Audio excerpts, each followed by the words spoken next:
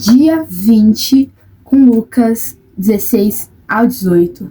E hoje eu quero falar sobre duas coisas com vocês. E a primeira é o rico e o Lázaro. Tem uma coisa muito interessante nessa história, que quando Jesus foi contar ela, ele não disse que era uma parábola. Jesus sempre queria contar. E a parábola do bom samaritano, que eu li no outro vídeo. É a parábola das 10 virgens. É a parábola disso, a parábola daquilo. Só que nessa história, ele não falou que era uma parábola. Ele só contou. O que já nos mostra que realmente aconteceu. Existe a probabilidade de realmente acontecer. E essa probabilidade é muito grande pelo segundo motivo. Que o quê? Jesus dá nome nessa história. Os personagens têm nomes nessa história. Porque Jesus sempre fala pela característica da pessoa, pelo que ela é. E o servo, o senhor, a virgem, o noivo, o samaritano, o judeu, o carcereiro, sei lá. Ele sempre fala pelo que a pessoa faz ou por quem ela é. Mas nessa história ele deu o nome Lázaro e ele citou Abraão, que também é um nome, ele também deu nome. Eu não vou falar muito sobre a história, porque é pra você ler a história. Você vai entender a história do rico e Lázaro. Mas tem um detalhe nessa história que às vezes passa batido, assim. Mas é uma coisa muito importante, que mesmo Lázaro tendo um nome, o rico continua sendo chamado de rico. Porque Lázaro, ele tinha uma identidade, ele era alguém. Enquanto o rico só tinha dinheiro. A identidade dele estava no dinheiro. E quando o dinheiro foi tirado dele, não sobrou nada. E aqui mostra que Lázaro foi para o seio de Abraão e o rico foi para o Hades. Por quê? A identidade dele estava firmada no dinheiro. E quando isso foi tirado dele, não sobrou nada. Ele só tinha dinheiro. Mas Lázaro, ele estava em Deus. A identidade dele estava em Deus.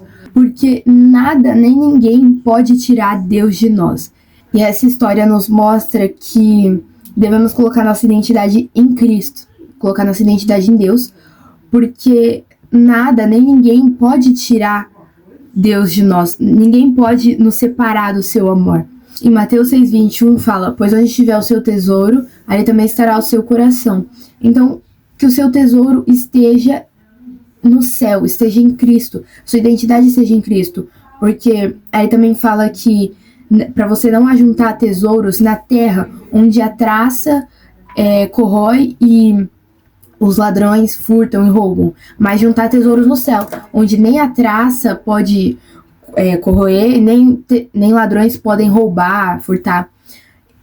Mano, é isso, cara. O seu tesouro tem que estar em Cristo, tem que estar, sua identidade tem que estar afirmada em Cristo, em Deus. E mesmo o rico estando inferior a Lázaro, ele não reconheceu isso, ele não se arrependeu. Ele ainda assim, mesmo ele estando no Hades e Lázaro estando no seio de Abraão, ele ainda vai lá e fala: manda que Lázaro molhe a ponta do dedo e pingue na minha língua, porque o inferno tá calor.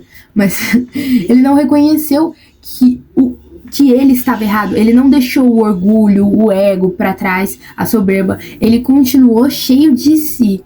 E isso nos mostra que devemos nos arrepender.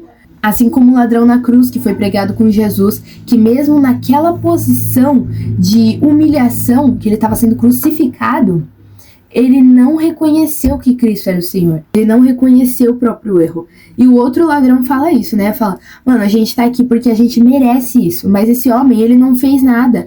E a segunda coisa que eu vim dizer, não tem muito o que falar sobre, porque o texto é meio autoexplicativo. Então eu vou ler pra vocês. No capítulo 17, do versículo 1 ao 10. Jesus disse aos seus discípulos: é inevitável que aconteçam coisas que levem o povo a tropeçar, mas ai da pessoa por meio de quem elas aconteçam.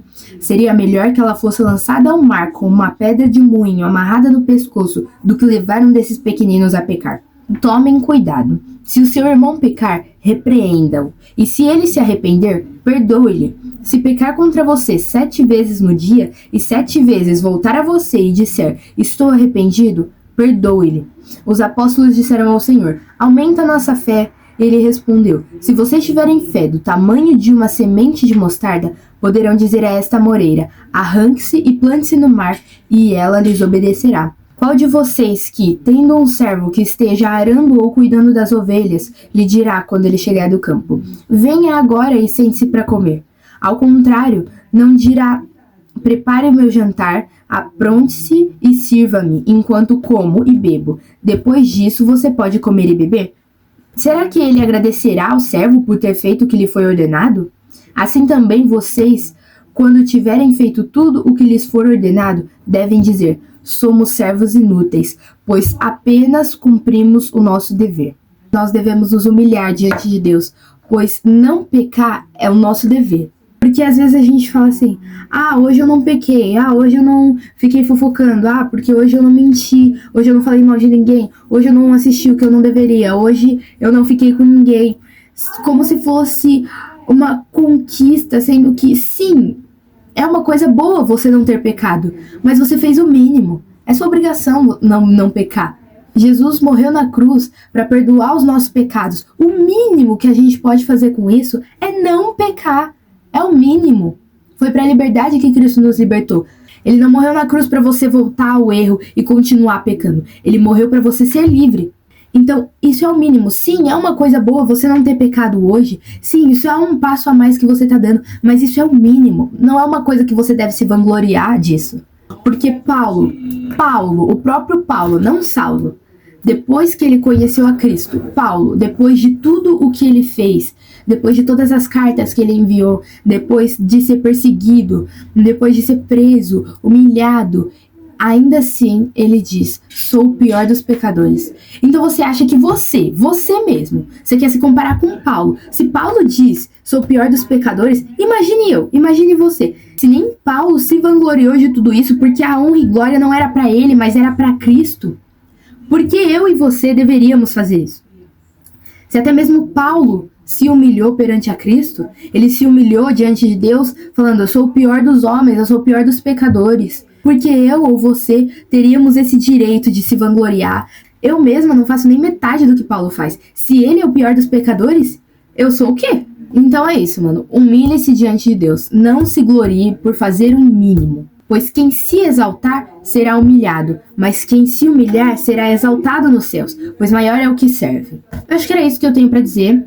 E até o dia 22. Falou!